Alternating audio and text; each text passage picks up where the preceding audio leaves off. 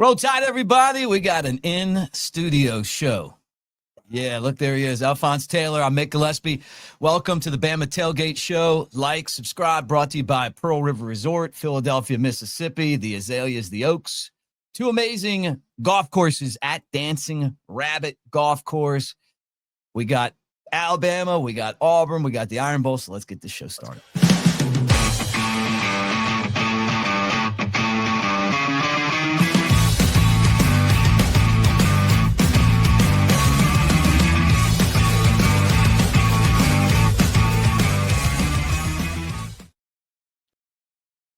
All right, there's Shank. Mick Gillespie. You like that the theme music? You know, it's it's catchy. It's really catchy. It's giving like 80s sitcom. Yeah, I was just gonna say, man. Coming up, Magnum PI.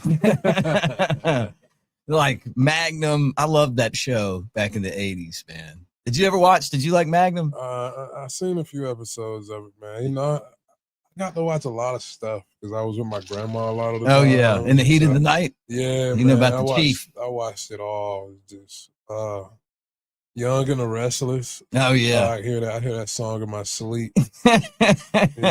Did she record it or did she watch it live? She watched it live. Did she? Yeah, like she was on top of it. Yeah, that's my mom used to watch that. If it wasn't Young and the Restless, she was like cussing Tiger Woods out, like you could hear her out there. You know what I'm saying? Yeah, I remember those shows. For me, it was, I love Magnum PI, the A-Team, you know, back when I was a kid, Dukes of Hazzard, Dallas came on, and then trying to think of, like, I got older, and I watched wrestling, really. I mean, to be honest with you, like, that was like my soap opera. Anybody that had a decent childhood watched Bachelor. It was just like, you had to at some point, get into it. Just like Stone Cold Steve Austin's the greatest of all time. Oh, he was such a badass. Like, come on. The rattlesnake. Like, you know, ball. Yeah. He's just like kick somebody in the gut, grab their head, and smash them. You know. Yeah, bro. Like, bro's just getting beer tosses mid ring, just throwing them back. Like, come on, man. Which is crazy because I don't even like beer now. Yeah. Well, I don't like it after how many I had last night. No, I had then some seltzers too, but we got a big game on Saturday, man. We got a huge one. God, it's just like I don't know if I should be worried or if I should I kind of relax knowing that I worry more when you're supposed to win than when you go into these games where everybody thinks you're going to lose or you might. Man, I don't get it. We play horrible against horrible teams. Yeah. It's like our thing. It's just, I can't get over the fact we lost to Oklahoma 2 years in a row. Man, no, it's not even the good Oklahoma team. Right. They're not even good, dog. Okay, but our defense scored for them. Like, come on, man. I know. Disgusting. But no crying over spilled milk right now. Yeah. But we got a big one to look forward to, man. Iron Bowl. And, you know, Auburn seasons is a loss right now, but they would love nothing more than to put a final dagger into our season in this Iron Bowl. You know dude. Yeah. And so, man, as much as I want to troll and just be like, the Iron Bowl doesn't matter, it absolutely does. It does, man. Absolutely does. It does matter, and it's one of those deals where it's either either get it now or that's it. You know, like they could they love this. Yeah. They could really ruin the season. They really could, and we could help them if we don't figure this shit out, man. Because we haven't looked good the past couple weeks. I mean, 8 rushing touchdowns last game. I'm not gonna overlook that, but I mean, we seen the opponent. Right. We all seen the opponent. Like, come on, man. And I don't want that 8 rushing touchdowns to be like, here, guys, we ran the ball. You happy? You know what I'm saying? Yeah. It's just like, hopefully we're going to build on this a little bit going into the Iron Bowl. And last year we just beat the shit out of them. Yeah. I mean, on the ground physically, just pounded them. And it was the run game. But this is such a different Auburn team because they're good defensively. But I still think Alabama's got to run the ball more. Yeah, man. We Effectively absolutely run do. And that's the thing. It can't just be empty runs, Mick. Like, we need meaningful runs. Yeah. You know what I'm saying? And I really hate when we throw the ball on first down, then come back with a second down run like here. Like, nah, man, because we needed that run on first down. You know? And how about we double down on second down and throw it on third? It's just like we need meaningful runs. And I remember when Bill O'Brien was here, I felt like he never called the run game. Like, he never chained plays together with the run game. Right. You know what I'm saying? It never had any flow. And I kind of feel like we fall into that from time to time right now, where it's just kind of like the run game doesn't do anything for the offense. It's just like a scrap play at this point, right? Mm-hmm. It's just a filler play, if you must. Yeah. And, like, I have to do it, but I mean, it's like going through the motions. Right. Yeah. Like I heard Ray Lewis talking about working out. He was like, you can work out like you want to get out of there, or you can work out like you want to be there, you know? And what he's saying is like, and looking at me, I mean, I'm not saying I'm out here working out like Ray Lewis, but he's like, you know, enjoy it. Like, go, you know, get into it, like make it something that you're great at. And I feel like Bama runs the ball because they have to run it, not because they want to be successful running it. Right. Is that what you feel like too? Absolutely. Because, I mean, I feel like we used to run the ball because that was part of our attitude. Yeah. You know what I'm saying? Part of our culture and who we were is just like, all right, we're going to line up and beat the shit out of you. What are you going to do about it? Yeah, what are you going to do? You know what I'm saying? And it doesn't necessarily feel like that now, man. It's just, like I said, it's just kind of like, we're begging for the run game. It's just like, here's a run. It's like, take that. You know, that doesn't mean anything, no, but we threw one out there for you. And it's just not what it needs to be right now, man. It's just the caliber of offensive linemen that we have up front. You would think that we'd be so much better in the run game. Because Caden Proscott's not a bad player. Parker Brailsford, not a bad player. And, you know, you can pick out each guy individually. They're not bad players. Yeah, right. And so I'm not understanding what our issue is and, you know, just what the delay is for us to be good in the run game at this point. Because I feel like we could have easily won that last game. Oh, yeah. Yeah. If we could run the ball. Yeah. Right. You know what I'm saying? It's just, even though we converted on 4th and 2 with a damn reverse, it was kind of disheartening, mate. I ain't gonna lie. It's just like, oh, you got it, but we didn't really pick up any momentum with that conversion because of the way we got it. Yeah. It was just like you get stuffed on 3rd and 2, and then you gotta do a trick and dig 'em play to outside to convert. It's just not the type of football I'm used to seeing, man. And I can see if, you know, the offensive philosophy worked. Right.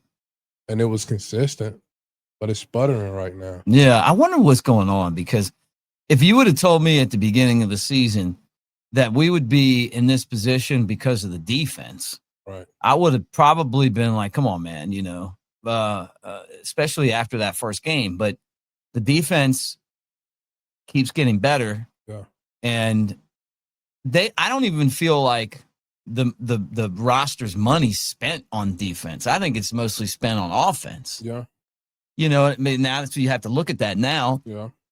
And the defense just, I mean, I hope that doesn't change. They're going to have to step up again. I mean, then this is going to be a tough environment, you know, to make some plays in.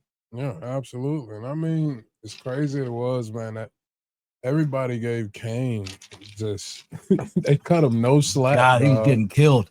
They was crucifying my boy. But his defense works. Yeah. He's making it work.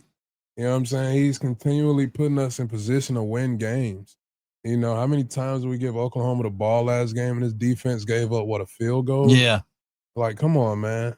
And he the proof is in the film every time for him. And so, yeah, until people are ready to, you know, look into fact and not feeling on Kane Womack, they're not going to understand, because my boy he's coaching a hell of a defense right now.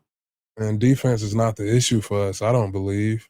I mean, it's clear as day, man. It's just if you hold somebody to 23 points and you can't win a game. Yeah, in this day and age too. And we're not talking 23 offensive points either. No. And you know what I'm saying? Yeah. It's just like we spotted a few of those points and we still can't win a game. Yeah. And, you know, that's not on the defensive side of the ball. No. And the most important thing about the run game, man, at the beginning of the season, I feel like we were so successful offensively because we controlled the ball. We controlled possession. Yeah. You go back to that Georgia game and just that stint of gauntlet that we were in, we controlled the ball in each one of those games. We won a possession time. Yeah. And that's what becomes an issue when you can't run the ball because, you know what I'm saying, when you're throwing the ball incompletion, you're stopping the clock.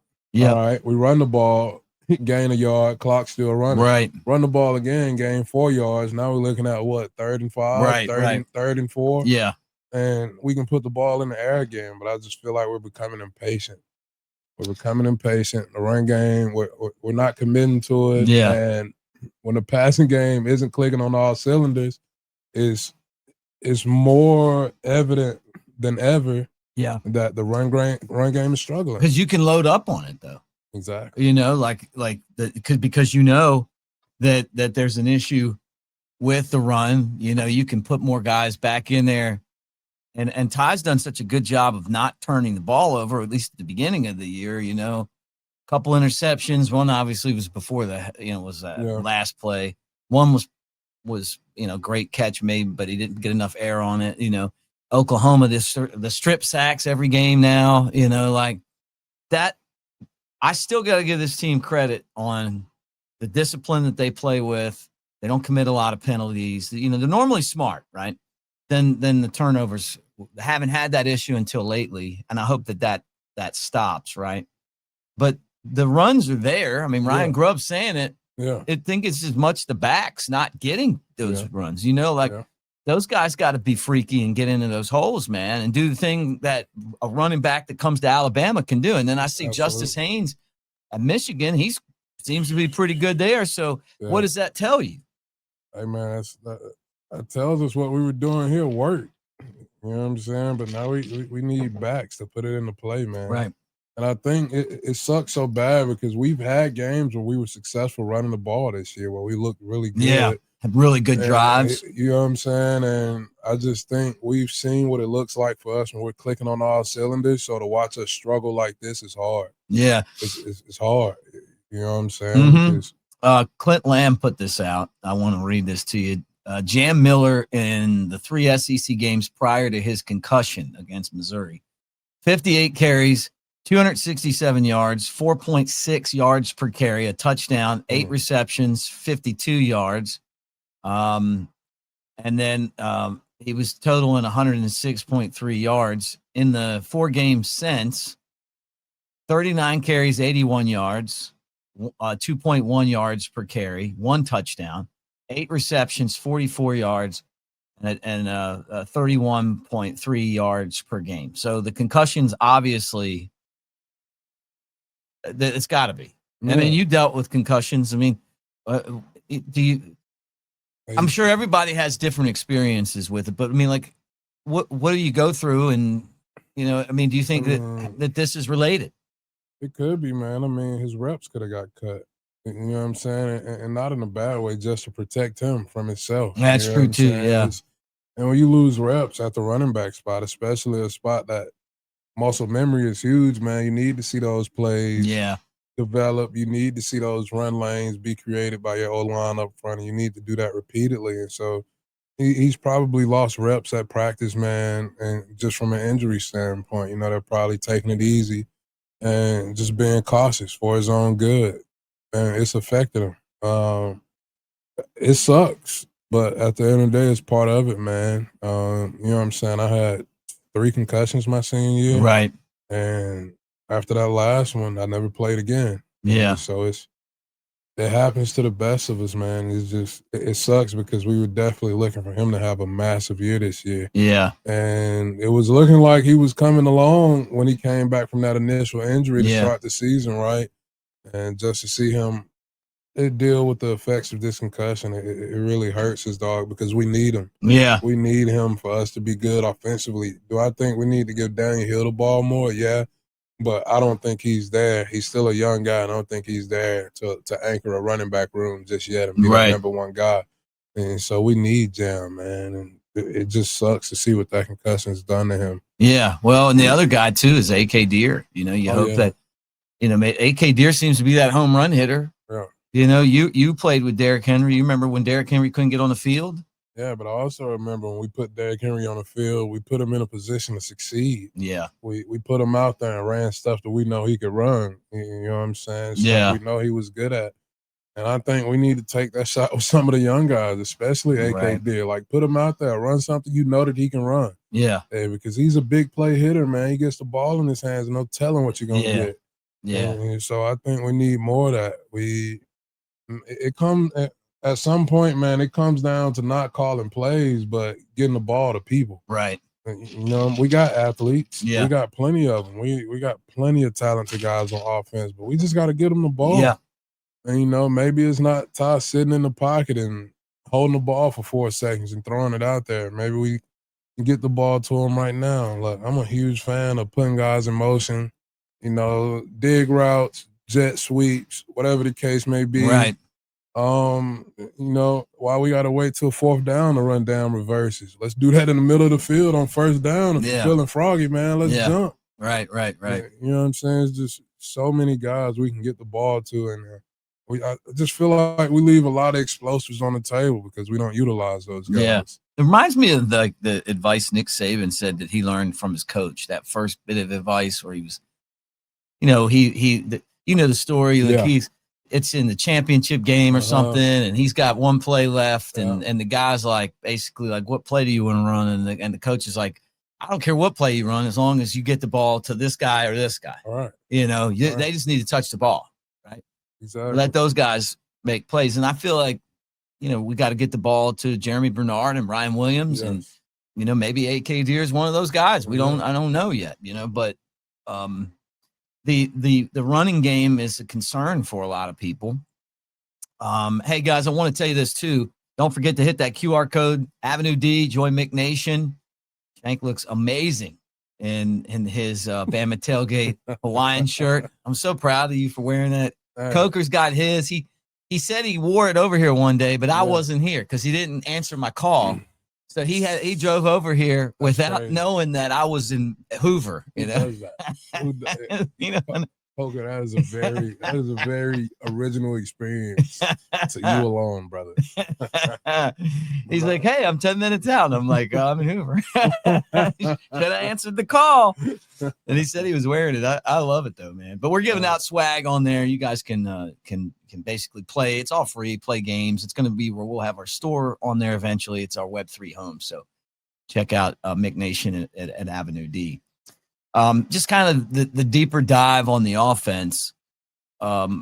Your thoughts on the offensive line. Brailsford didn't play last game. I can't imagine him not being available to play in the Iron Bowl, right? I think he's going to play.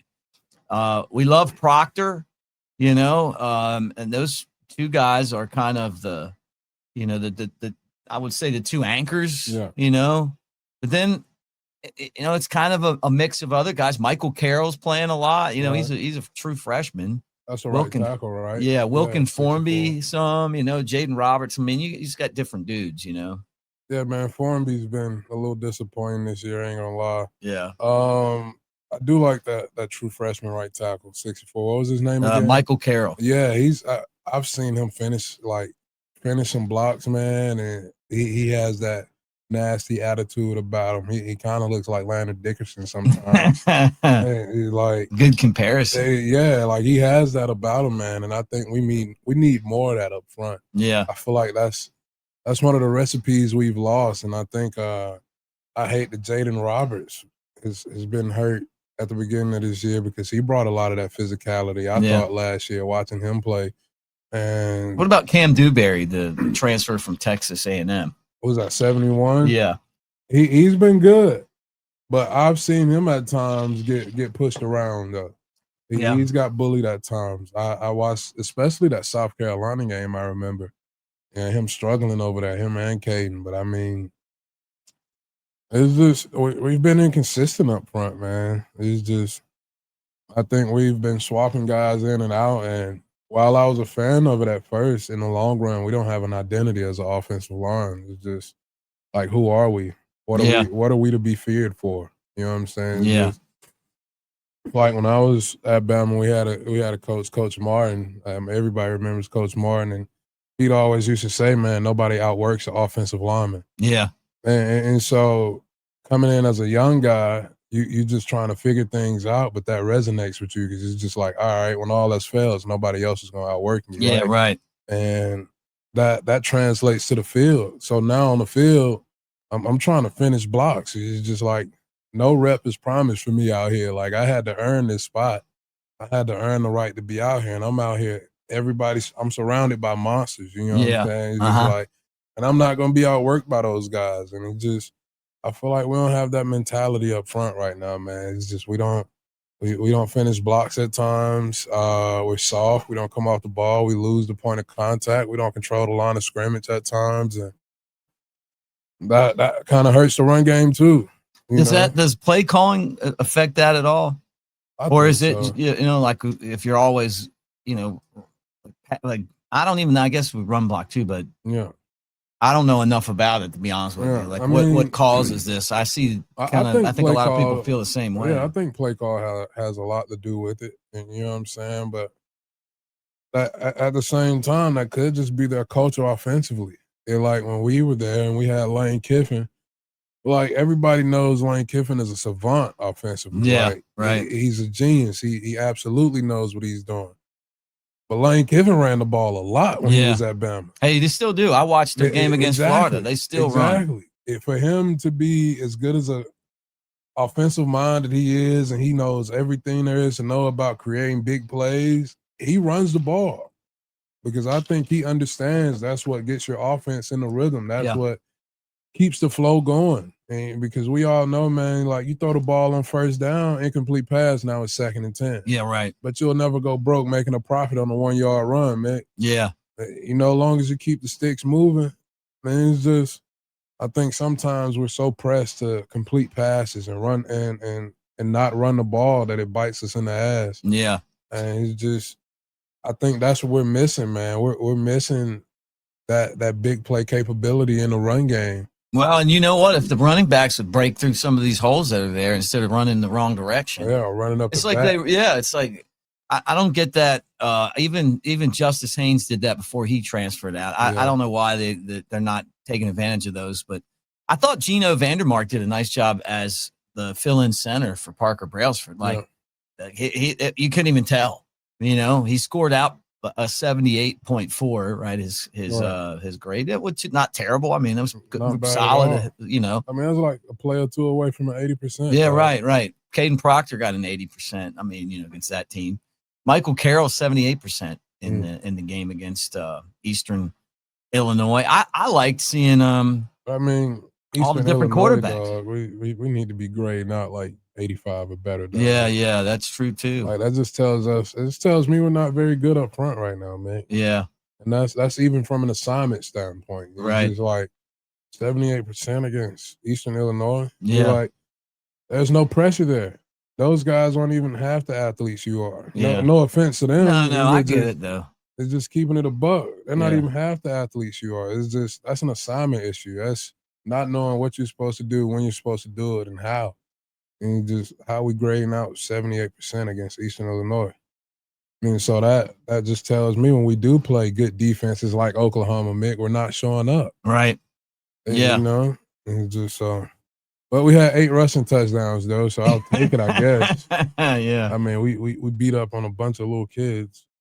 But we needed it, man. We did. I thought it was cool seeing Keon Russell, man. I just liked it. I wanted to. I'm into what this guy is going to be. I think he's going to be a superstar. Watching him throw the ball, it's like he just throws darts. He's man. a natural.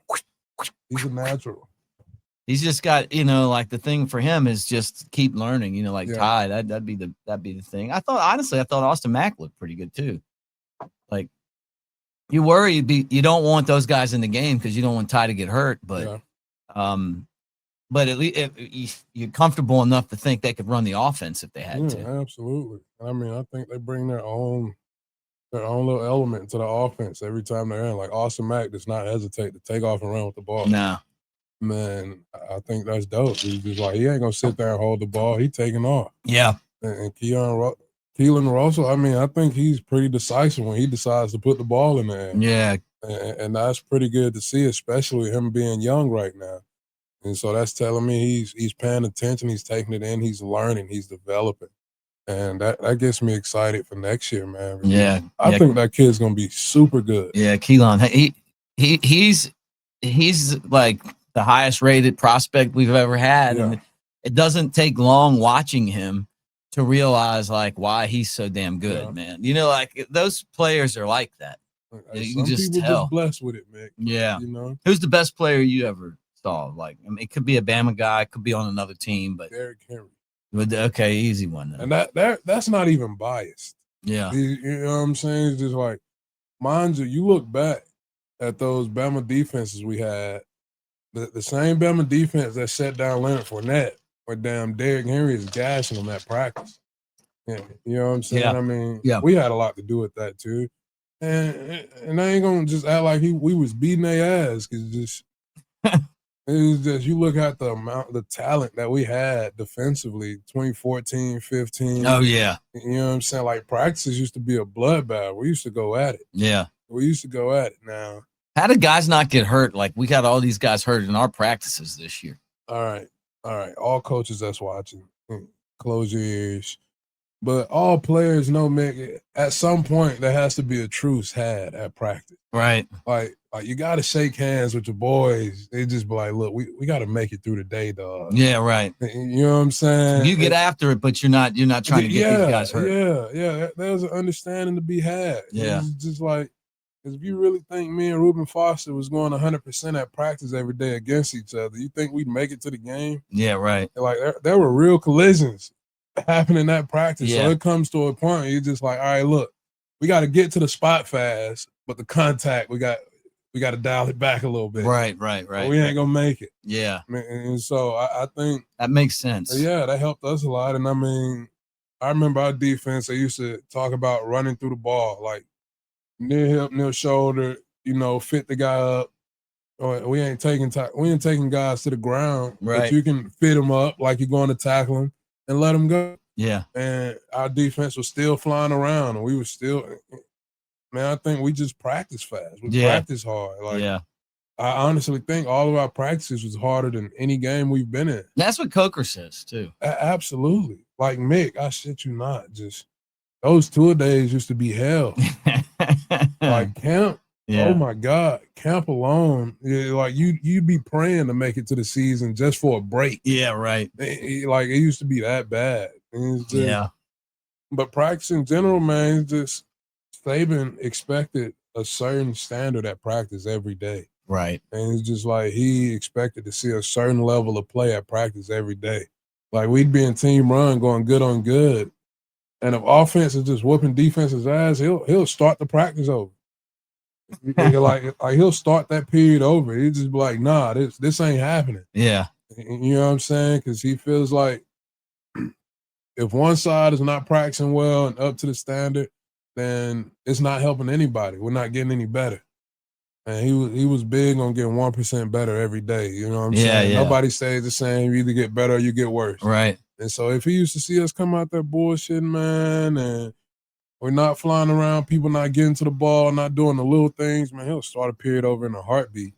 What was it like when you get to be in the room for his talks? Because I mean, they're legendary. I mean, he gets paid now to do that. Obviously been on ESPN. Said, if I could do a reel on like just all the shit he said and just how it's come to fruition in hindsight, he'd be probably one of the best philosophers to ever live. Yeah. And you know what I'm saying? It's just, and that's just fact. It's just some of the stuff he's told us, man, is just how it's come to fruition. It's just one of my biggest things that he said, he was like, how you do one thing is how you do everything.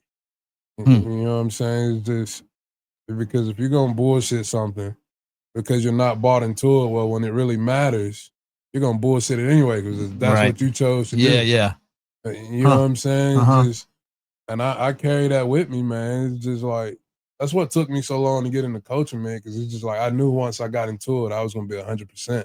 Yeah. Man, I knew it was gonna take my time, and I knew just like I was gonna love on these kids, Yeah. just give them everything I got. You know what I'm Yeah. saying? It's just that's why I never took it lightly, and everybody was pushing me like, "Oh, you ought to be a coach. You ought to be a coach." I was like, "Look, man, I've been around coaches. I've been cared for at a high level, and I've seen what it looks like to like pour your all into somebody else that's not even your own family." Oh, yeah. What's Coach Shank like? And I know you're at Davidson right now, offensive line coach. Yeah. You were at Alma Bryant last year, so Coach Shank's had 2 stops on the Coach Shank tour. Right. What is the offensive line like under you, and how much do you like doing it, and what makes it great? I love it, man, because I get to implement a true offensive line culture. From my standard, from what I've learned, from what I've been a part of. You know what I'm saying? My room is a true brotherhood. Like everybody enjoys being around each other. They'll die for each other. You know what I'm saying? In a sense, it's high school kids. Right. You get what I'm saying? Like they definitely go. They go to bat for each other, man. It's just, and I think they're willing to do that and able to do that because they know I do the same for all of them. You know, like it's open door policy for me. It's just like you got something you want to come to me about. Come on, man. Look, you hungry? I'll feed you. You know, whatever it may be. You going through something? Look, hey, we all been there. We all going through something. Holler at me. How can I help you? It's just I do absolutely my best to be there for the kids in any way that I can, man. Because you know, anybody that knows me know that I didn't go to Bama and make it anywhere that I made it on my own. There was so many people that invested in me. You know, my village is huge, man. There's just so many people that had my back, and just for me to have those experiences, to understand like how significant they were in shaping who I was as a player and human, I look to give that back now as a coach. You know what I'm saying? It's just have guys over to my house for dinner. What's the occasion? Hey, I just want y'all to break bread and fellowship. You know, those are your brothers. Sit down, have a meal together. You know what I'm saying? It's just pick your brothers up. It's just like you can talk shit about your brother, but you don't let nobody else talk shit about your brother.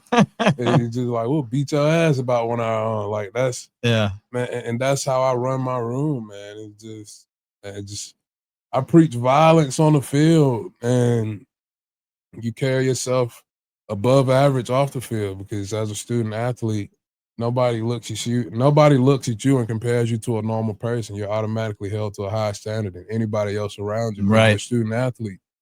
And I let them know that, and I push them to be better than the normal kids that walk around the halls because they're not looked at the same. Yeah, you know and that is cool. It's super cool, man.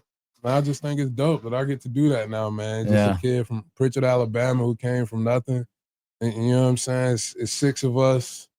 I was never supposed to make it, Mick. And now I get to have kids come over to my house to eat Thanksgiving dinner with the O-line room. Like, that's so cool, man. You get what I'm saying? Like, that's where I'm at right now, man. I love it.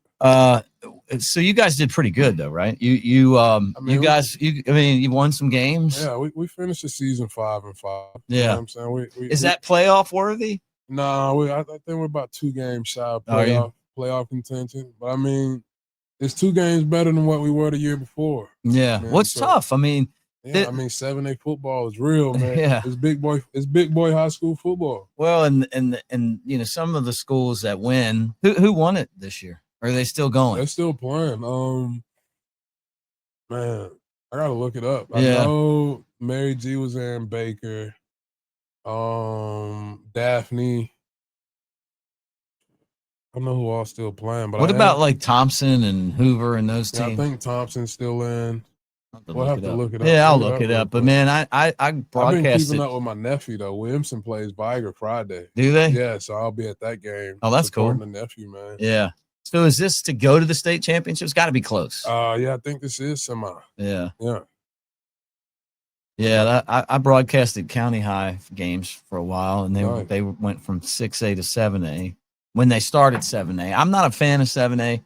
I think that 7A should just be like the teams that Hoover and Thompson, the teams that want to spend all this money and have these bigger facilities and have more, and then have like a division of like just regular high school, because some of these, it's a different world, man. I'm thinking Hoover and them should be in the same league as IMG and everything. Right. Like this, you guys want to like, Thompson, like the big money spenders. Oh, they were terrible. They were like one win terrible, and that win came over us. And then all of a sudden they're like state champs. I mean, Thompson is rightfully the craziest ever if you think about it. They brought two of them from how far away? Yeah, from Hawaii. They just happened to end up there. Come on, dog. Like, come on. I saw Talia. Like, that is insane. He was the quarterback when I was doing county high, and they were up 59 to something at halftime. Yeah, ain't nobody moved from damn Hawaii to Alabama. Yeah, like two of his brothers just like throwing darts and pick sixes on us. And it was just like, oh my God, like this isn't even fun, man. Like, I just don't think it's balanced. That's what I don't like about Alabama high school football. I just don't think it's balanced. Like with the super elite teams. And I'll look this up right now, but did you guys play any of the guys who are committed to go to Alabama? I can't recall. I don't think so. I don't think so. We did have a little scrimmage deal against Tank Jones. Oh yeah, I remember this. Yeah, he's great. He's obviously going to Oregon. He's a good kid, dog. I wish him the best. I don't hope he wins anything at Oregon, but I wish him the best. Yeah, it's crazy. Like we've lost our best player in the state to Oregon back-to-back years. Damn it, but a lot of it's money. I mean, come on. Yeah, man. I mean, they got it to spin. It's Oregon. They're backed by Nike. It's only the biggest shoe conglomerate in the world. Yeah. You know what I'm saying? Not even shoe, like just sports apparel in general. Yeah, all because of Michael Jordan. Seriously, man. I mean, when Jordan started wearing Nikes, like I don't think Nikes were. I didn't even see the movie, but I've heard about it or whatever. Look, when Mike started wearing those shoes, that's when those shoes became. Everybody had to have them. Now I'm not even talking about before he had the Jordans. Yeah, and I'm not a sneakerhead per se, but I can always be dragged into it. You know what I mean? I do like a good pair of sneakers. I feel you. I mean, was Jordan before your time, or do you remember Jordan? He was probably a little bit. I mean, you were probably MJ, Kobe time. Man, I remember the MJ highlights. Yeah, I'm definitely more Kobe and Shaq. Yeah, Shaq.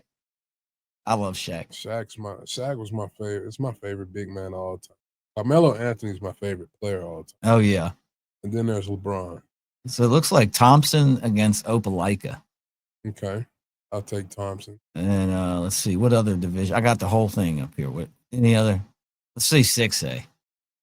Just while we're looking here. With all these pop-ups on here. Muscle Shoals against Clay Chalkville. And who's this one? Saraland versus Benjamin Russell. Saraland. Yeah, Saraland's. I lost to Benjamin Russell my senior year of high school. Did you? Yeah, they ended my playoff run. How good were you guys when you played? Oh, we're pretty good. We're pretty good. I mean, one game away from state. Oh, wow. Yeah. Has Davidson won a state championship? I don't know. I don't think we have. That's a good question. Not that I can remember. Guys in the Richard Todd era. Yeah. Oh, Richard Todd went there? Yeah, okay. He's a Davidson. Yeah, man. One of Bama's all-time great quarterbacks. Yeah. Remind all you guys that Dee Snyder from Twisted Sister, Lita Ford, and Firehouse are going to be at the Center Stage Pearl River Resort, Philadelphia, Mississippi, December 27th, 8 o'clock. So make sure that you check that out. I know a lot of you guys are looking for something to do during the holidays. Hour and a half from Tuscaloosa, 2 and change from Birmingham. So some rockers there. Pretty fun show. And that who's that person that you're like, that uncle that you're like, I don't really know what to get this guy. Now you know. You like all kind of music. Oh, absolutely.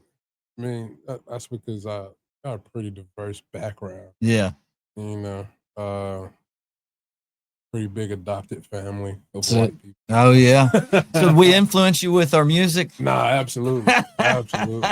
So you're like getting to hear like, well, what did they like over there? What did they get you into? Oh man, you know, a bunch of early rock, dog. Just think what Slipknot. Okay. Huge Slipknot guy. Well, he was into a little bit of everything. Beastie Boys. Yeah. I love all Beastie over Boys. the place. Yeah. You know what I'm saying? So I like to consider myself a little cultured, man. Oh yeah, the License to Ill, man. That was when that came out. That was a big album. You know, it was like License to Ill and Run DMC. Yeah. They were them, and I'm trying to think of who might have been like other ones back then, because wasn't really like a whole lot of rap going on, you know. And the Beastie Boys had everybody loved those guys. You know what's crazy? All right, so I'll give you. This is gonna be a crazy pull because you'll never expect this song from me, Mick. That's been on repeat recently. Well, okay. Fireflies by Owl City. Oh, I remember that one. Come on, man. Come on, man. What a pull. It's been on repeat, dog. Why did that get in your head? It's just such a solid vibe, dog. It just puts me in a good mood. You know what I'm saying? Yeah. I don't know, man. I'll be all over the place with the music, dog. Yeah, me too. Yeah, wherever my mood takes me, yeah. I just let it go. I'm with you on that. I'm very diverse in my music too, and I get into stuff, you know. Like obviously, I love the Grateful Dead, but the Grateful Dead's a mix of blues, and folk and country, and a little bit of rock. Like you know, like Jerry Garcia to me is the master of the Grateful music. Dead was a band. You didn't know? No. I thought it was a clothing line this whole time. For real? Yes. So have you ever heard the Dead? So the first thing I've ever heard about Grateful Dead is when they had a collaboration with Nike and they released those dunks. Oh, I want those. Well, that's what I was thinking about when you were talking about sneakers. They're like $1,000 a pair. Oh yeah. I want those. So I thought they were a clothing brand company the whole time. I had no idea that was a band. You could have got those dunks for like $100 at the store, you know. Great. But it was COVID. I didn't have any money then, man. I didn't even know, like, everything was just so crazy that at that point, you know, I would have loved to have had those. Doing online meetings with incoming freshmen. Man. I was an advisor at the time. Yeah. Those dunks. I'm going to send you some. I do this to Coker too, but he won't listen to it. I'm going to send you some Dead just to give you a taste of what, you know, because they're the number one like touring band of all time. Oh yeah. Oh yeah. Like that was where they didn't even play them on the radio. They had one top 40 hit. Everything else was. So they're like the king of underground. Yeah, that's exactly it. Like not conforming to, well, here's what a song is. It's 3 minutes and, you know, you got to have this hook and this, you know, the songs are really long.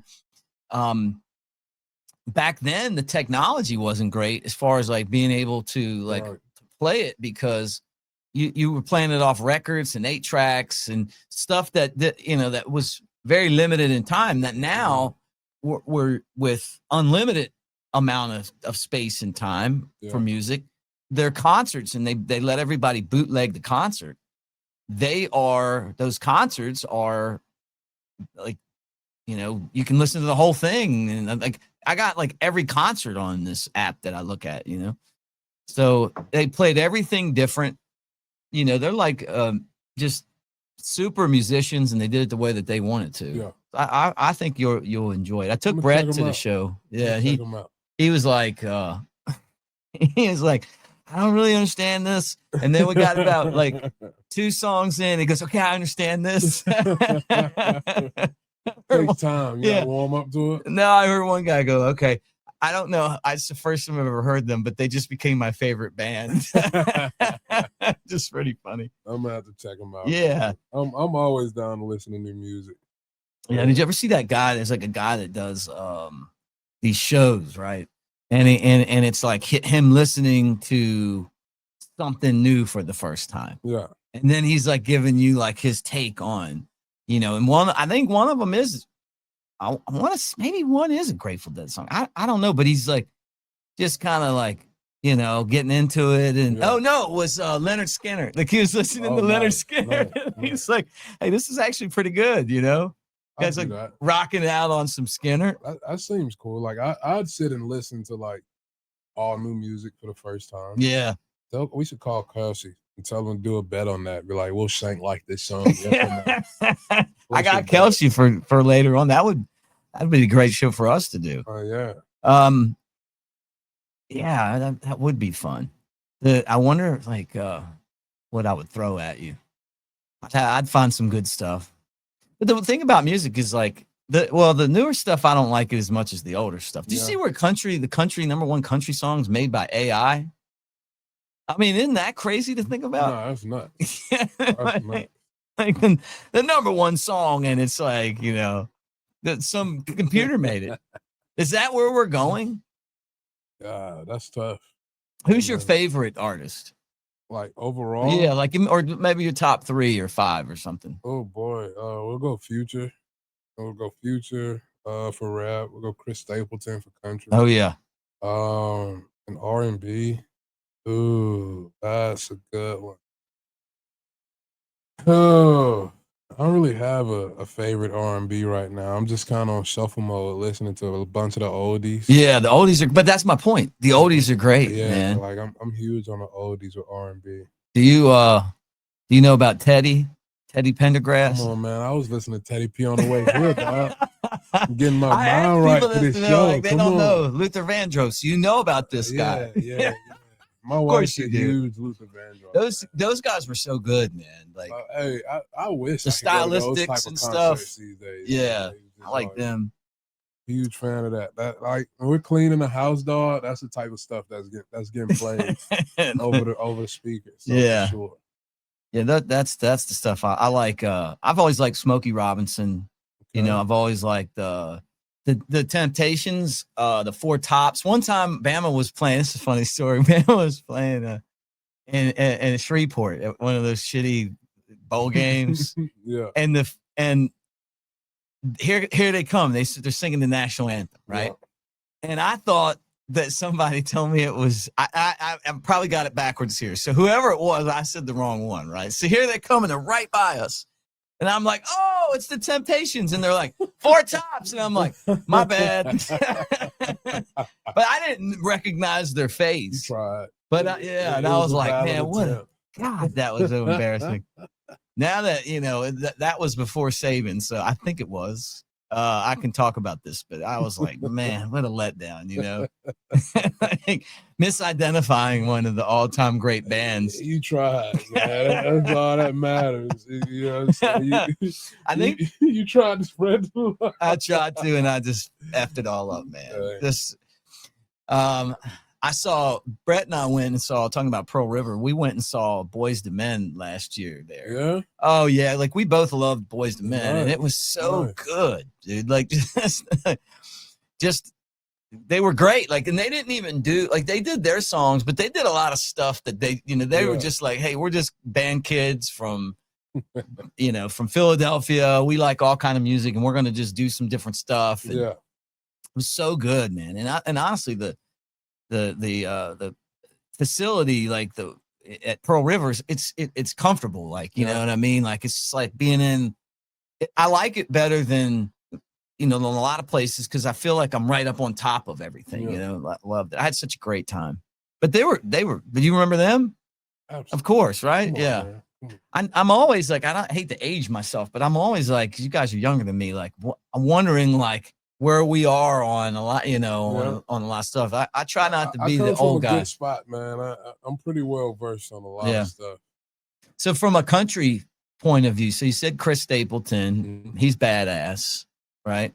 Huge Willie Nelson guy. Oh, and you know my Willie Nelson story. You know my Willie Nelson story. Oh man, what you got? So when I was in college, and we've deviated away from football, by the way, guys. We'll be back to talk about some defense in the Iron Bowl. We there's a guy named Bull Corey, and he owned We're putting this out on Thanksgiving, man. This is I know I'm digressing here, but this would be a great Thanksgiving Day morning treat for everybody, for us to just give you some content. Let's do it. because when we record them, we don't always know when we're dropping them. Right. So. I got you. So anyway, we had Willie Nelson come to Oakman, Alabama, which was this little tiny town in Walker County. You know, it's like 40 minutes from Tuscaloosa, and I was the work for a tobacco company, right? And we sponsored it. So I was back there like doing samples and helped sponsor the thing and giving away stuff, and it was awesome. And so when we went, the way that it went was my buddy Bull was the dude that owned the little western town and a steakhouse. He's like my big brother. He's just giving me shit all the time about everything. He make you laugh at yourself. You know what I mean? Like, so he gets into it with Willie's tour manager, or as he said, tour.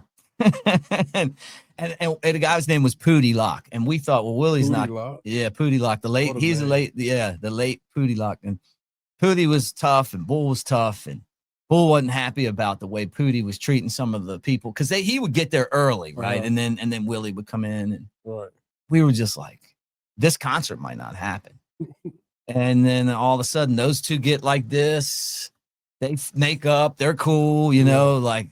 It was like, hey, Willie's not really used to playing this town, like a one light town, you know, but he loved it. So when he got there, you know, got to hang out on Willie's bus.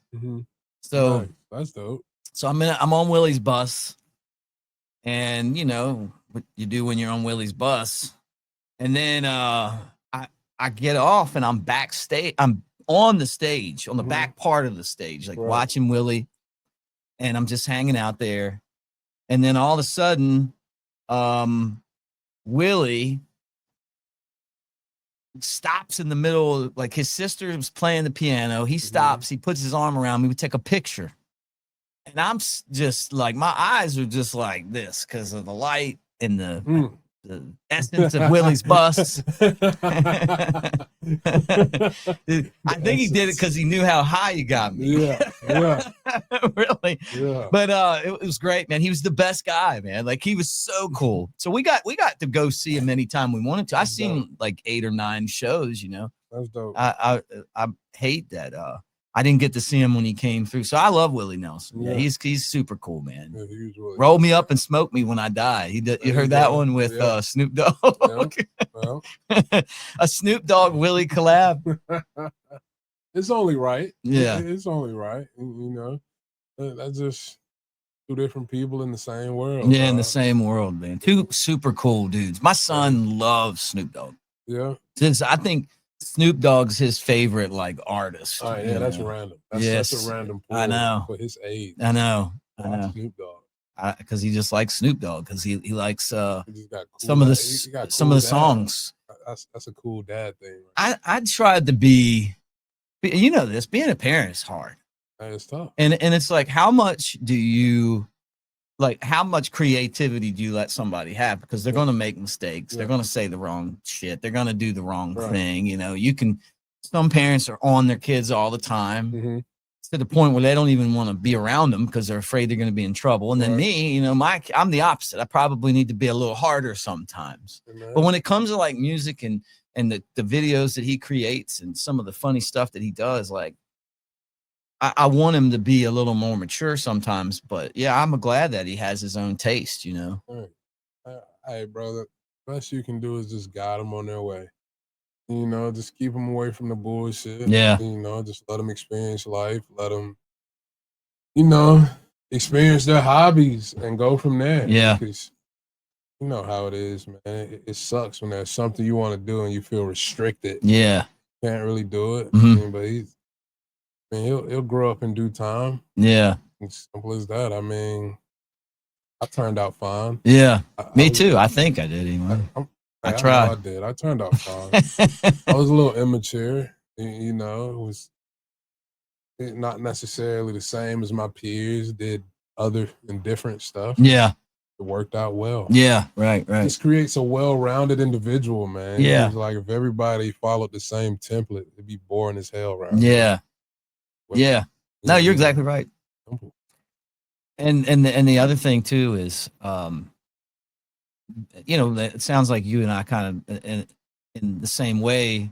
like, you had a white family. I grew up in a black neighborhood. So you just get used to being around people that have a different view sometimes, but then all of a sudden it's actually your view and you realize, hey, guess what, man? We're actually like, like. And even with a white family, going to Bama was a culture shock. Yeah. It's so much different from Mobile, Alabama.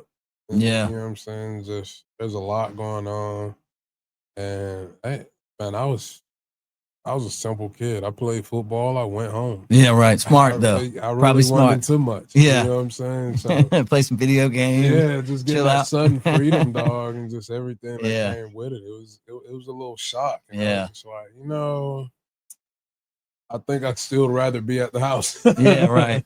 Yeah. And that's just how I am. And and that's okay, bro. Like, Yeah. everybody gonna come around different. Yeah.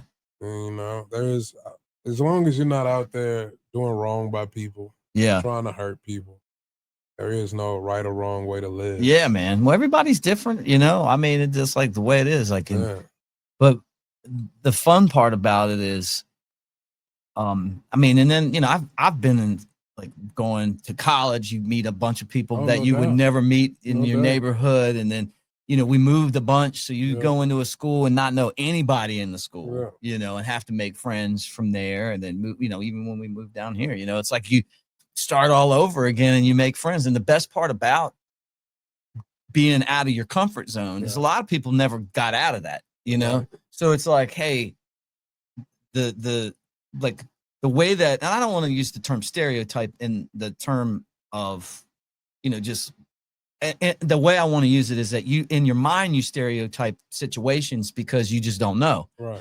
But when you grow up around it and you're in different situations all the time, you have a very good perspective on what things really are and who people are. You read people different, I mean, does that make sense at all? Yeah, knowledge is built on experience. Yeah, man. It's simple as that. I love it too. You can't be knowledgeable on everything if you haven't experienced different things. Yeah. And you can't have an opinion on things you haven't had different perspectives. I know. On God, that's the truth, man. It's simple as that. So I think like we definitely had a very tough childhood, but I look at it in a way now where I'm like, God, I'm glad I did because I got this PhD of perception. Yeah. Nah, it's absolutely good. And that experience is like what carries you through. You go into a business meeting and you got people in there that are from all different areas of the country and of the world. And I feel like I've got the ability to kind of reach into that and have something in common with everybody. No, absolutely. I think my upbringing has just taught me that it's never as bad as you think it is. Yes. God, that is so true, man. It's like, because it sucks at the time. It sucks. Especially when you don't have money and somebody else does. Yeah. That's like, I've been there. Like, oh man, I hated that. I've been broke, Mick. And I've had teammates who got millions. But you know what I'm saying? It's never as bad as you think it is. They say the best things in life are free, and they're right, man. Friendships. Yeah. I talk about Brett all the time. Those type of friendships are priceless. Yeah. You can't replace those. Oh yeah, man. I got some.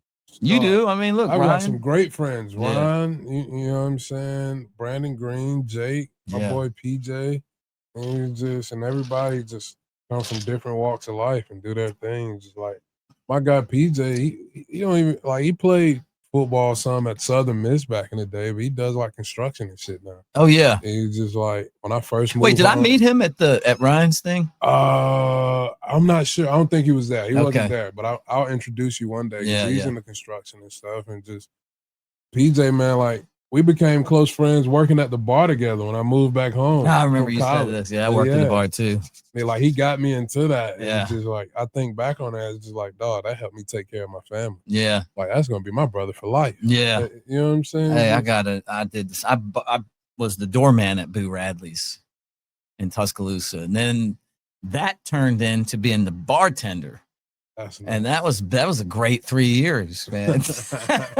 You talk about just Mick at Boo Radley. Oh man, I wish I could go back and do it over again. It was like a TV show. Those bars are like a TV show. Oh, it's a different type of life, dog. It's a totally complete different set of people from normal society. God, it's true. It's a different lifestyle. It's literally night and day. Yeah. Like the nighttime industry is completely different from anybody you interact with during the day. Yes. Like, that's some So of the best true. people, some of the funniest people. Yeah. You know what I'm saying? I don't take no shit either. Mm-mm. And it's just like I've met some really good people in that Yeah. industry, man. What did Willie say? The nightlife, the nightlife ain't no good life, but it's my life, That's you know? right. And I mean, but it is fun. It is. It was hard. I quit doing that to do the broadcasting. Word. And so that was my last job before I became a pro broadcaster. I quit working at the bar to coach football. Yeah. What bar were you at?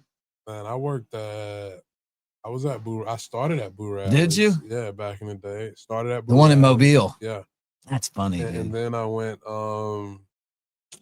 then it's not even here anymore. It's not. Doesn't that it bothers po' me? boy now. It's like a po' boy shop. I know. I want to go back there with you now and like, nah, man. You know, hey man, it was crazy when I worked in the bar because it's me and it's just like everybody that walks through that like, oh shit, Shank. Yeah. What's up, dog? Yeah, right. And that'd be the only time people see me, man. It's just like during the day I'm with my family. I'm like out the way. Yeah. You don't really see me out in the wild. Like, you know what I'm saying? My friends would see me at work and be like, it was a wild Shank sighting. Yeah, right. Like, nah, man. But yeah, I went Boo Rallies, West End Watering Hole when I was here in Mobile for a while. That's funny. Troubadours. I've been at some spots. They were all fun too. Yeah. Did you have to break up some wild melees? Oh, for sure. The craziest thing was I got into it with this one guy, and you know, liquid courage. Yeah, right. How they get. Yeah. I handled my business. Yeah. And put him out the bar. He tried to fight me. I defended myself. Yeah, right. Not a good idea. Yeah, and then the detective shows up at my door on like a Monday. I was just like, why are you here? He started this. He just got beat up in the process. Yeah, right. And you know what I'm saying? It's just, and at that point, I was just like, yeah, I think I need to find something. Yeah, right. Yeah. Like, this is enough. Was he? Yeah, see, this is how I got behind. I was a door guy, and a big melee broke out. Oh, God. And I calmed everybody down. Okay. I'm taking a very different approach. You know, the Shank approach works when you Shank, you know, when you're me. I paid the big bucks. I broke it up. And when the fight ended, there was a switchblade on the ground. Oh, wow. And we cleared out the bar, and the owner was like, a guy named Blake, he was like, kind of freaking out about it. And I said, listen, man, I said, you see this face? It's too pretty to be involved in any of that stuff. And he started laughing. I started training on the bar. I never worked another day on the door again. That was my last day. I just calmly got him like, hey, man, you got to get out of here. Come on, dude, get out of here, you know. You never know what people got on them, dog. No, that's why you gotta be strategic about it. Like I wasn't trying to just fight. No. I've seen it before. People get drunk and they, they don't want to leave, and you got to get them out of there. I mean, like this was like a melee, but I just was like, if I get little groups of people out, I mean, I'm not picking somebody up and throwing them out. Maybe I did. I don't remember, but I just know that I can't see you picking anybody up and throwing them out, Nick. I'm sorry. Yeah. I'm sorry. There was this is funny. Talking about the Iron Bowl. So the last Iron Bowl, at Legion Field, I was there, and I was in the student section, and a brawl broke out. Oh, one guy that was in my fraternity was getting kicked under the bleachers, and I got him. I picked up, but they weren't very big dudes.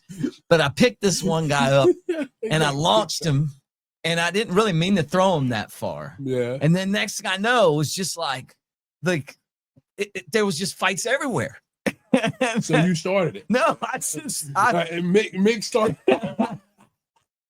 Trying to break it up. They started a brawl. It was crazy. And then so this big dude, I'll never forget him, man. He had a beard. He looked like somebody Jay Coker would hunt with. Oh, God. You know, like just this big hunting looking guy, you know, and he's like mad that I threw this guy near his girlfriend, you know. but I wasn't doing it on purpose. But at that moment, in this environment, you gotta live or you gotta die, right? Let's get ready to fight this guy. Get ready to fight this guy. All of a sudden, he starts backing down, and I'm like, in my mind, I'm like, he's good. He made a good decision. Right about then, I see this cop, and he maces me, handcuffs me, and then I couldn't see for like another hour. And so my date, her dad was a lawyer. She knew how to talk, and just kind of told him all I was doing was just breaking it up. So they uncuffed me, and I was like literally the last soldier to leave Legion Field with the last Iron Bowl, because I couldn't. It was. Have you ever been pepper sprayed before? Yes. Makes a menace to society. It was coming out of my nose. My eyes were crying. It was coming out of my ears. Yeah. It's crazy. That's when I was working at Boo's, one of the security guards died. Like, he loved macing people. Like, I feel like he got off on that. Like, he ain't care who was in the area. That'll mess up a day right there. Oh, it used to piss me off so bad. It'd be damn hour and a half just fucking coughing, wiping my eyes. It's just like, God damn it, man. You gotta leave now. Like, why? Or else. Like, why? It wasn't even necessary. Like, bro, he wasn't small or anything. He just felt like macing people when they talk back. He's like, I'm gonna mace your ass. God, man. Oh, God. It's like too much of a power trip. It's the bartending days.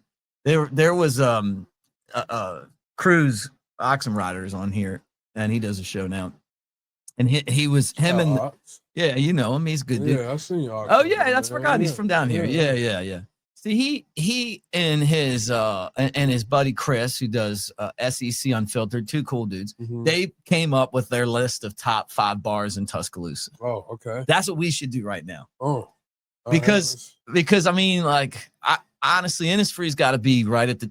Let's just put the list together. Innisfree's got to be on there. Yeah, it's one of the most consistent. Yeah, it's been right. around for a while. Yeah, you know what I'm saying. So they're definitely on the list. Yep. I like Rounders. Had some good times there. No Rounders for you. You were at Rounders a lot. Mixed feelings on Rounders, man. we used to get in trouble with them when we was there. Did you? Like, they used to ban us from the bar, all type of shit. So no Rounders for that. No Rounders. Okay. Yeah. Off the list. And Galettes. Absolutely. All right, Galettes is on the list. I'm with you on Galettes.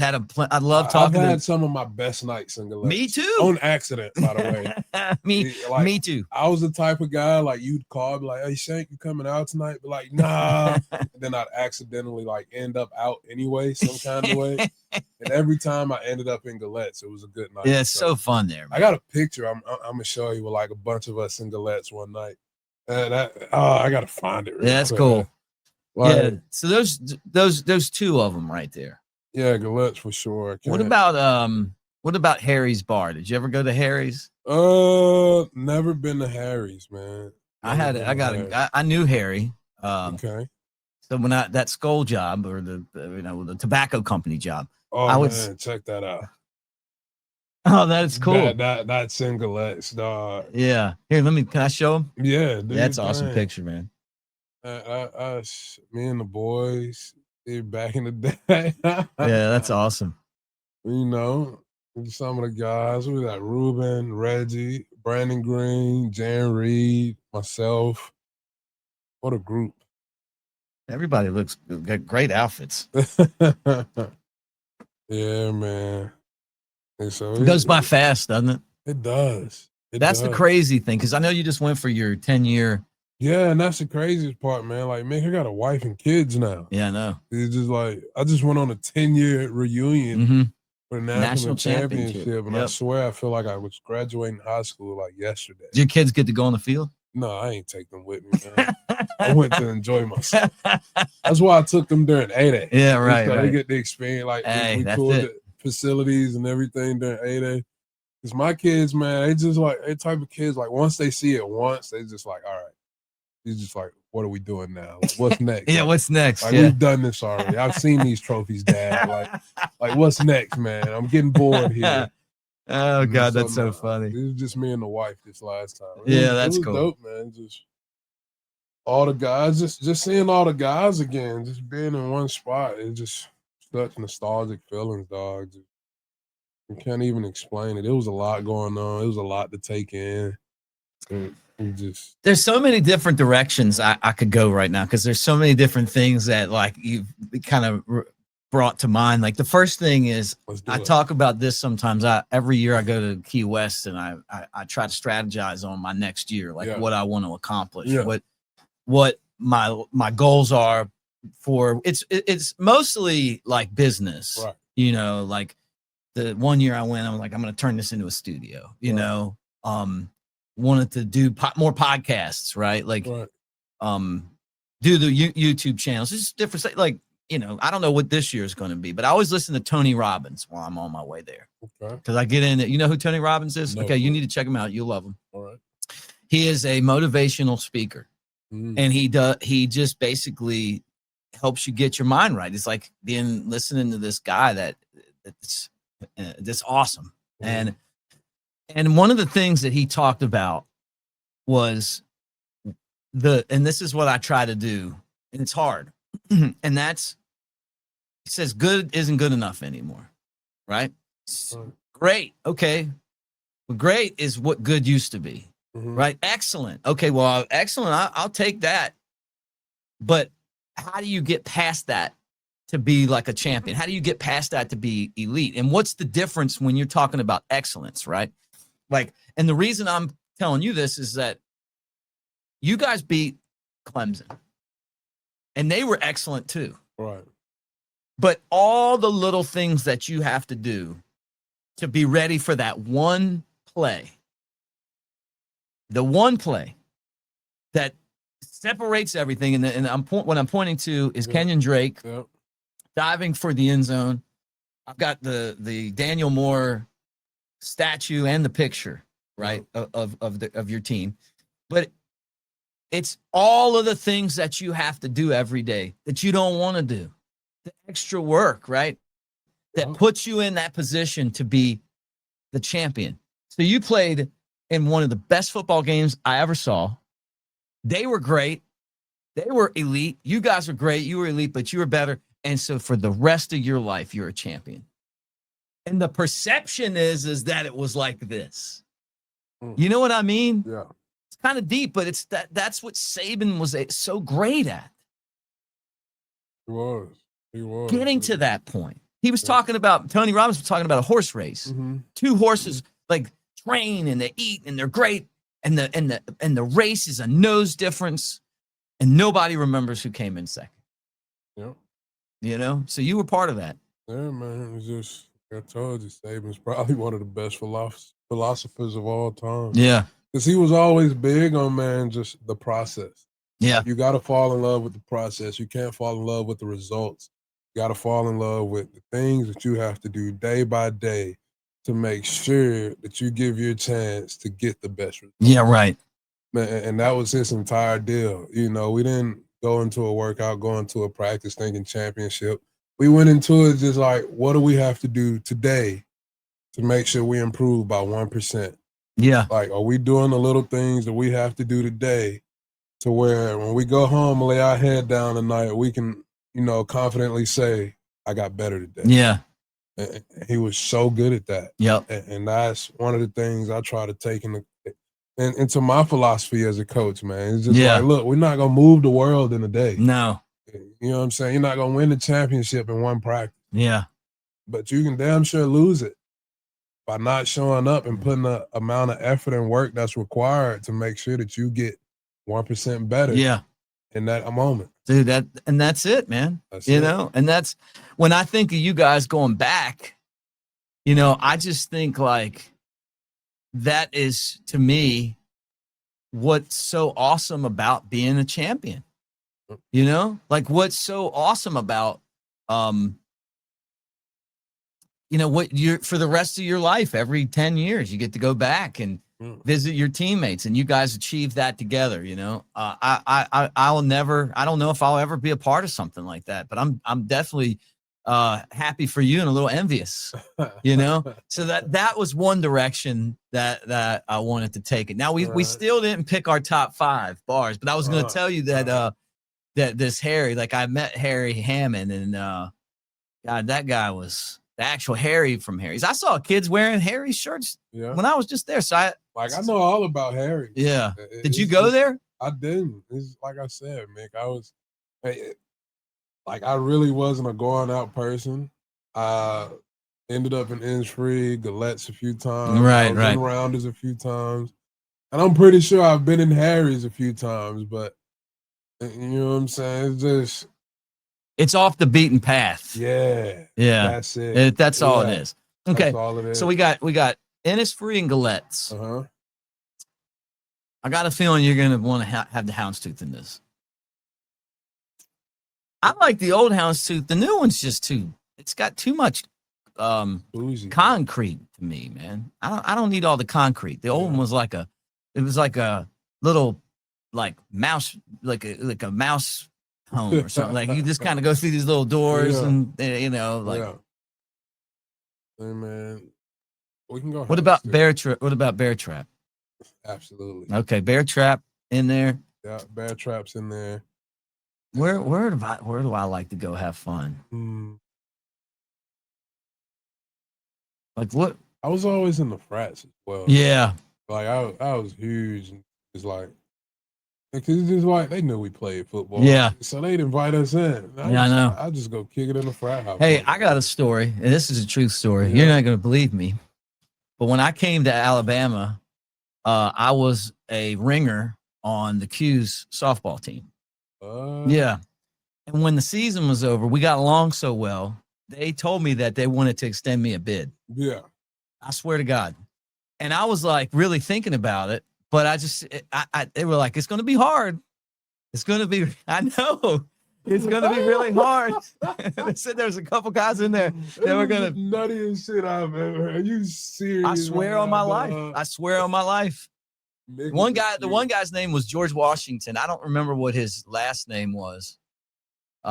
His Q name was George. No, that was his real name. Like and they were great dudes. Like I played on all because my roommate, he was friends with all those guys because he grew up with them in Birmingham and stuff. Okay. And so they needed a player, and I just was like, you know, like because you know they wanted to win some softball games. I was pretty good at the softball, you know. So big dog, Mick. So one of the guys that used to work at R&R Cigar was with Q, and I told him, and he actually knew those guys. Yeah. And I was like, if you ever see him, man, tell him I said, hey, man. So if any of you guys that were on that softball team watch my show, man, please reach out to me. What would your line name be, man? I don't know. I don't know, but it was it was one of those things where, you know, I had already done the fraternity at Maryland, so I could just affiliate. And I wouldn't have to do all that over again. But they didn't care. They were great dudes. We had fun. We won some games playing softball. We laughed a lot. Mick would have been white chocolate. Absolutely. Yeah. Oh my goodness. Yeah. That was hilarious, dog. I remember my sister came down to Alabama, and I think some of those guys like helped her get into like student government and elected and stuff. Yeah, really nice dudes, man. I wish I would have. I wish that, but see, when I was in school, we didn't have the Facebook and all that stuff. Or we'd still be friends, you know. Yeah. It's just hard. It's like with some people, if you didn't get their phone number, nobody even had cell phones back then. Yeah. So it was like you're calling somebody's wall phone. That's tough. Yeah, I can't imagine. They were telling me about the brand. They were like telling me about how, you know, just all the cool stuff that would be there. Dope, man. They told me everybody on campus would know me. Have you ever been to one of their parties? Yeah, man. Are they good? Oh yeah, absolutely. We used to go to their parties all the time. I'd love to go now, just because you know on game days, like everybody has the things going. It's fun.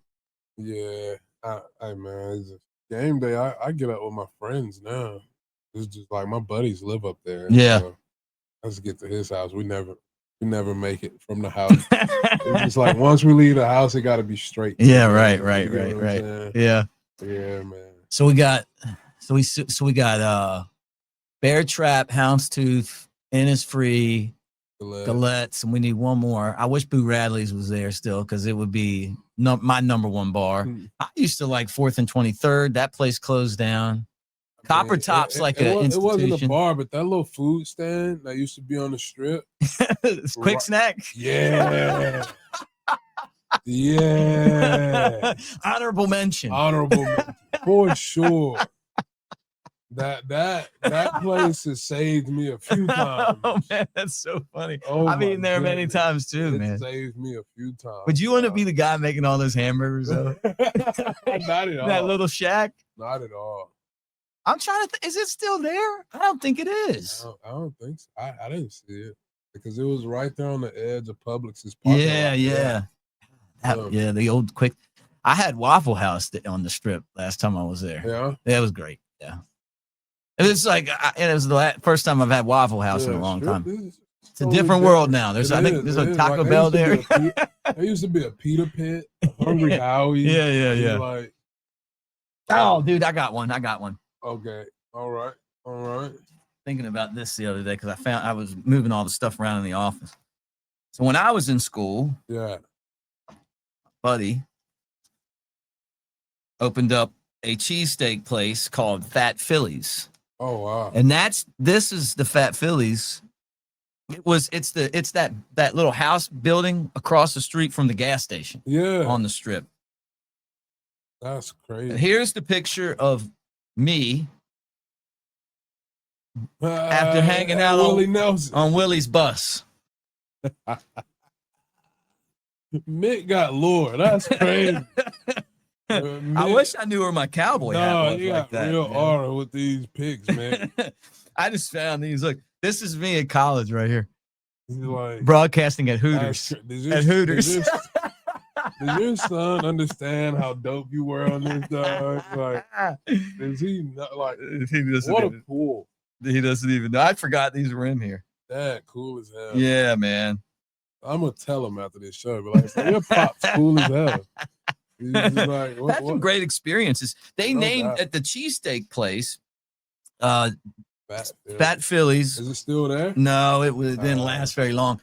My buddy though named the cheesesteak after me, the Gillespie. Okay. So people would come up to me and be like, "Hey, are you the Gillespie?" It was everything but the kitchen sink. So it was like a chicken Philly. Yeah. Well, I just wanted everything on there. Yeah. All the sauces, all the stuff, man. That thing got me fat. I would stop by there and eat those things. Oh man, that was good times, man. The late great Jake and Pat Weaver, those dudes worked really hard. And restaurant business is a tough business. Oh yeah, you know, I bet. Not a thing. So we got we got the Bear Trap, Innisfree, Galettes, Houndstooth. We need one other one. Man, we can go Harry T's if you. Oh, what is that? Catch 22. Have you been to Catch 22? Yeah, I like Catch 22. Just for the sheer. This is for the sheer. You've been around a long time too. Yeah, that'd be the 5 I'd say right now. I feel like they used to hold concerts there when I was in college. Really? Yeah, like they used to have like many concerts at their bar. When I was like this. It is ridiculous. I'm ready to go to Tuscaloosa now. But I guess Innisfree's got to be number one, right? Galette's number 2. Innisfree's number 1. Like they've been like consistently strong over all the years. You know what I'm saying? Yeah. Just like everybody goes back there today. It's just like Innisfree's the one. Yeah. And plus, it's like not on the main strip. It's kind of like off down. By itself. Right. And I feel like that carries a lot of weight. If you get away from the rounders and everybody else crowd. Yeah. Like if you're at Innisfree, you're meant to be there. You didn't end up. Yeah, right. Yeah, you didn't stumble on it. Yeah, exactly. Exactly. It's like there was a Pizza Hut that was right there too. Yeah, man. That's so funny. You gotta love Innisfree. I've always liked them, dog. That was one of the spots we used to always go because it's a nice open space. Yeah. And it's easy. Great ambiance. Yeah. You don't get stuck in one spot while you're there. You always feel like you're welcome, Yeah. you know? Sometimes Every you don't. time. Yeah. Every time. There's been so many bars that have come and gone, but Yeah. man, that bar was killer. Yeah. Industry stands strong. Now there's our bar pick. Now, with the Iron Bowl coming, I guess like the last thing that we should talk about is favorite Iron Bowl memories, worst Iron Bowl memories. I mean, let's go ahead and get that shit out the way. Worst memory is the kick six by far. Yeah. You know, what was your experience with that? I was on the sideline. Like I had just got good enough to travel to a away game, be a part of the travel squad. Now I'm on the sideline and I'm watching us line up for this field goal. And it's crazy, Mick. I'm thinking to myself, I was just like, damn, if we don't make this is just like we're gonna lose this game. Right. He's just like, and so he kicks it, and I see it land short, and I'm just like, he's gonna take this back the other way, isn't he? Like I'm on the sideline thinking this in real time. I'm like, he's gonna take this back the other way. Yeah. Like, shit, you not. I can't even see him like leave the end zone. I just hear the crowd. Yeah. Like abrupt. Like they just go crazy. Ugh. And I finally just see him going down the sideline. And I think the last I seen him, Cody Mandel was trying to make a tackle attempt at him. And I was like, he's not going to tackle. No. And he goes the other way. And I'm just like, fuck. Yeah, how did this just happen? I get my shit and I walk to the locker room. He's just like, I ain't speak to nobody. Ain't shake no hands. Yeah. I ain't want to see my boys from the 251 that was on Auburn team. Like that was the saltiest I've ever been in my entire career. Yeah. Because it's just like no way we lost that game. Like that. Like that. I know. And so now I get a yearly reminder from my boy PJ, who's a big Auburn fan. Yeah. By the way, it's crazy. I get a yearly reminder from him about the kick six. It sucks. It sucks because we were so much better than them. We had no business losing that game. My favorite Iron Bowl memory is 2015. It's just like we went to Auburn, handled business, and it was on the way to like winning the national championship. Yeah, right. I think I remember we were down at halftime, right? Yeah, and I mean that game was special for me for my own personal reasons. Like I lost my grandma that week. Yeah. And you know what I'm saying? Like we still went through that whole week, never left the team. And like after the game, they had the Bama staff got me a chauffeur. Wow. From Auburn all the way to Mobile so I could like be at the funeral the next day. And then they chauffeured me back to Tuscaloosa. Like, all right, we got SEC championship game to get ready for. And you know what I'm saying? It's just, that was a big one for me because we all know how big the Iron Bowl is, how big of a rivalry, how big the game always is. But like amongst all that, coaches took the time out to, you know what I'm saying, care for me and my situation and what I was going through because that tore me up a good bit, man. And just to be taken care of during that time and everything that was going on, you know. Yeah. That was a big game for me. I played pretty good that game. Yeah. Too. If I'm not mistaken, I think I was going up against Carl Lawson a lot that game. Yeah. And I had one where I reached him and Derek scored on the outside zone behind my block, even though I was kind of getting my ass whooped too. But I made the block, man, and we ended up scoring a touchdown. It's just, you know what I'm saying? That was one of my better games of the season, grade-wise. And I remember Cristobal telling me, it's just like, you were able to play that well because your grandma was watching over you and shit. Oh, wow. And yeah, so that was a big one for me, man, for sure. Yeah. And so the Iron Bowl always has a little significance for me. Yeah. My grandma was an Auburn fan. and, you know, she hated Bama. It's just like I started this Bama trend in my family. It was just me alone. Yeah. Everybody else hated Bama. So I got to carry this torch proudly. Yeah, you should, man. Yeah, I do. Because fuck them. Yeah. I feel too, man. You know what I'm saying? Oh, I man. Graduate from the schools they cheer for. I did. Yeah. I just, man, first time I ever did anything was playing on the lacrosse team against Auburn. They kicked the shit out of us. They were awful. Their fans were terrible. I remember throwing beer caps at me, and I was like, man, this is different. you know, like a little different, man. Yeah, I mean, and that's just like a club sport. I mean, you know, that it doesn't matter what it is. Yeah. When you go head to head with them, anything can happen. It really that's can. That's the tough part about the game. And that's what I hate the most about the Iron Bowl is records don't matter. It's just like whatever you've done during the season that year has absolutely no reflection or outcome on this game at all. Because there's been times where we've had absolutely the better team and we've went in there and it's just like, well, what the hell are we doing today all of a sudden? Right. It's like this Auburn voodoo going on. And you just Auburn Jesus, you're a believer. I'm telling you, man, it's something about that game. Yeah. It's just always weird. It's always weird. And I feel like they are the right type of terrible for us to go in there and lose against. Yeah, right. Like they have all the makings of a type of team that we like to lose against me. Yeah, but you know what? We're going to be ready, man. I think so. You know what I'm saying? I think got a little tune up against Eastern Illinois this past weekend. Man, everything's on the line. I mean, everything. And I like that we put the run game on display because that tells me, like, all right, look, guys, that was a good one. Hey, wasn't that last time? A dot. My boy threw a dot to that corner. Like, come on now. But I think we had a good tune-up against Eastern Illinois, and it just kind of showcased, like, all right, we get it. We need the run game. We've been working on it. Yeah, right. You know what I'm saying? It's coming. So it's coming. And so hopefully we get a little more of that come this Auburn game because I think they're good defensively, man. And they seem to found a little spark with that Deuce kid.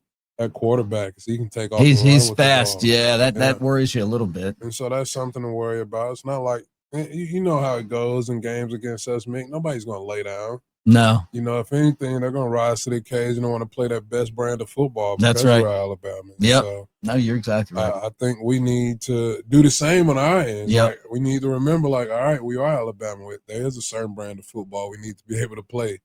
And I think we go take care of business because we understand what's at stake. I love hearing you say that. I think the same thing. Yeah, it's bad, and as bad as that Oklahoma loss was, and as shitty as it felt, facts over feelings. Facts being we can still lose games and make the playoffs. Yes. All right? Yeah. That's a fact. Yeah. Feelings-wise, do I want to lose to Oklahoma 2 years in a row? No. Hell no. No. But were they a better team than us? Absolutely not. No. I don't think so in the slightest. And so I think at the end of the day, we finally backed ourselves into a corner we can't get out of, Mick, and we have to play winning football. Yeah, that's right. That's it. Do or die. It's literally do or die now. Yeah. A third loss, it can't happen for us. At this point, moving forward, is either win or go home. Shit or get off the pot. That's it, man. Shit or get off the pot. That's it. And so I think going into this Auburn game, man, we'll show up and we'll handle business. Yeah, that's what I think too. You know, and so I'm not too worried about it. I think we'll be good because we're still a good football team at the end of the day. Yep. And we've showed the things that we've needed to show that let people know we're capable of winning games. Yeah. Yep. And I think we'll continue to do that against Auburn this weekend, which is going to be a huge one. Yep. Well, let me play your crispy screen promo. You did a great job with it. We just updated it to put the color picture in here instead of the black and white one. And then we'll say goodbye to everybody. In some places, football is a sport. In Alabama, it's a fine art. New Life Art is now accepting pre-orders for Daniel A. Moore's next Crimson Classic, the Crispy Screen, guys. What a name to commemorate the Fat Boys. This masterwork commemorates the screen pass to Caden Proctor that outsmarted Kirby and the Georgia defense. Proctor's catch and bulldog dozing run set up Ty Simpson's 3-yard touchdown just before the half, which was a big score for us, guys. Visit DanielMooreArt.com to see the artist's preliminary sketch and take advantage of a special pre-publication pricing for the Crispy Screen. Go ahead, get into that. Go get you one of those Kane Proctor prints. I'm super excited to get mine in because he's living a dream of all the fat boys. And go look up that Crispy Screen and get you one, guys. All right, there it is. Bama Tailgate is our promo code, and the Crispy Screen. Great job on that one. All right, Shank. happy Thanksgiving to everyone. Absolutely. What's your Thanksgiving look like? Oh man, we got some good food coming our way, man. I'm gonna let the in-laws cook now since I fed the fat boys. I fed the fat boys on Monday. Yeah. I'm like, dog, they ate so much. What did you have over there? Oh, check this out. So it's an old lineman spread. Yeah. One too many vegetables involved. I did have green beans just to cover the color palette. You know what I'm saying? They didn't get touched. But we did go through a whole brisket. We went through a 10-pound brisket. I went through a 10-pound brisket, a whole turkey. We had pulled chicken, pulled pork. We went through a whole ham. Golly. We had chicken dressing, sweet potato casserole, mac and cheese, mashed potatoes. Oh man, red velvet cupcakes. We had cookies, strawberry cupcakes, Biscoff banana pudding. And I don't think there was a crumb left, Mick. They ate an entire brisket, they ate an entire turkey, ham. It was ridiculous. It was literally like feeding 10 of myself. It's just like 10 fat boys. We broke bread, we fellowship. You know what I'm saying? It's a blessing to do, man. Just because I came from an era of football where coaches set us down and we broke bread and we ate as a team and we fellowshipped. And I'm still a firm believer in that, man, because you got to be able to like your guys off the field as well. You know what I'm saying? Football is not just, it's not a job. It's something you play to have fun, build character and build bonds and friendships with guys that you otherwise wouldn't. Yeah. You know what I'm saying? So I want to keep that going with what I'm doing, man. And so I was happy to be able to do that with the big boys. But for Thanksgiving, I get to go kick it at the in-laws and put my feet up, man. they get to cook for Thanksgiving. Give me a couple things that you're thankful for this year. Man, I'm thankful for my wife and my kids, my family, for sure. Just because at the end of the day, man, all the stuff that I'm able to do now, I wouldn't be able to do without her. Yeah. And her support and everything she pours into me. So I'm especially thankful for her, man. And I'm thankful for my in-laws. Is just everything they do behind the scenes to make sure my girls continue to live a spoiled life, man. It's just they make it easy for me to do my part, and I'm thankful for Davidson. Yeah. It's my first year being home at the alma mater, man. I love the staff that I work with, love the people I get to work with. I love the kids, man. Yeah. It is different when you're back home and your community pouring back into it. And I'm honestly just thankful that I have the opportunity to do so. It's just because I get the things that I do is not something that everybody get to do every day, man. And you have fun. Yeah, and I like to keep that perspective. You know what I'm saying? Yeah. It's like this isn't normal. And like everybody doesn't get to do this, but I'm happy that I do, man. I'm thankful for Davidson and being back home. And man, I'm thankful for you, Mick. Hey, God, man, you got me into this podcast thing, and this has been some of the funnest times ever. It is fun, man. Yeah, it's been dope, man. It's just like I told you before, like plenty of people wanted me to do podcasts, but it had to be the right fit. Yeah, and I appreciate that. I'm just thankful we worked this out, man, and it's absolutely been fun. And I'm thankful for Bama, the Bama family, the Bama community, because all the people watching. Yeah, because at the end of the day, none of this is possible without y'all. No. And, I'm only great because y'all watched me and y'all supported us and allowed us to be great. And so, man, it's just, I can sit here all day and just practice gratitude and tell you everything I'm thankful for, because it's something I do on the daily, because, people tend to lose perspective on life and everything that comes with it, man. And I'm a firm believer in just showing appreciation and practicing gratitude and just appreciating all the little wins that comes your way. God, that's good. That's so true. That's what gets you through life, man. Yeah, that's so true, man. I'm with you. I appreciate you and Jake and Ryan. you guys have become my buddies, man. Like, my Pearl River family, all these guys that, you do stuff with on these channels, like been a lot of fun. But my son's teachers, if any of you guys are watching, I know that one of the guys that works there he's a watcher, and I've got a hat for you, buddy, if I run into you. Nice. To put up with him every day at school. Woo! Fairhope. You got Fairhope Middle. Shout out. Thank you.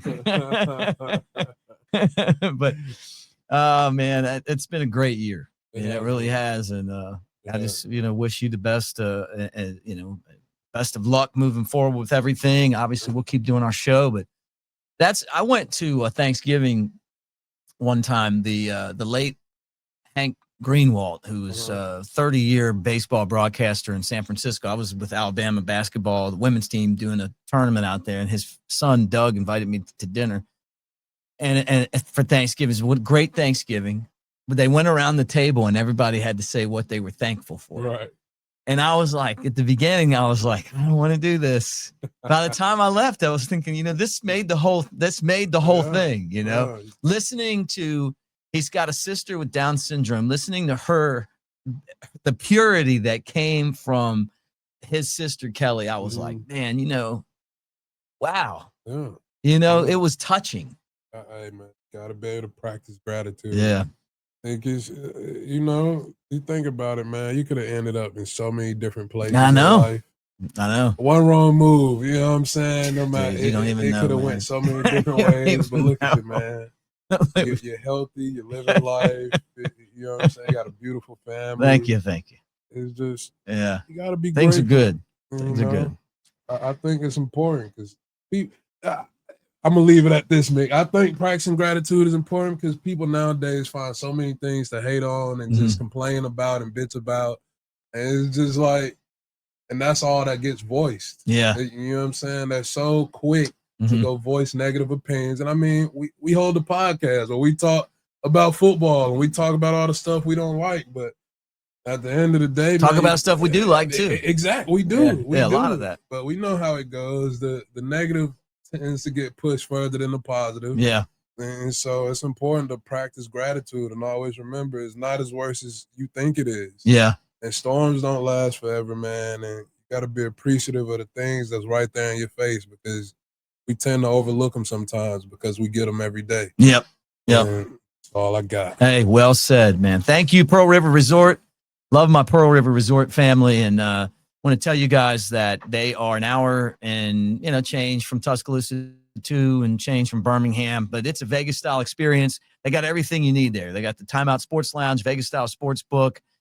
You can bet on Auburn or Alabama or whatever. They got 20 big screen TVs, full size bar. They got the window. If you need a little help, they got the kiosk if you can do it yourself, and an individual kiosk if you just want to sit there, turn on different games, and have your own experience. We appreciate them so much. Dancing Rabbit Golf Course, the Augusta you can play. And again, Jake Coker's their spokesman. So you'll see him. There's a new commercial coming soon. You'll see me in that one too. I'm kind of excited about it. We got to get Shank in one of these commercials. Man. You got to be in the next one. Hey, thanks, guys. Roll Tide. Happy Thanksgiving. I may not suit up on Saturdays anymore, but I'm still in the game. Let's roll! In here, I call the plays, make adjustments, and lay it on the line. Want to feel that fire, that rush? Then you've got to get in the game. I used to say it in the tunnel, and I still say it now. Let's roll.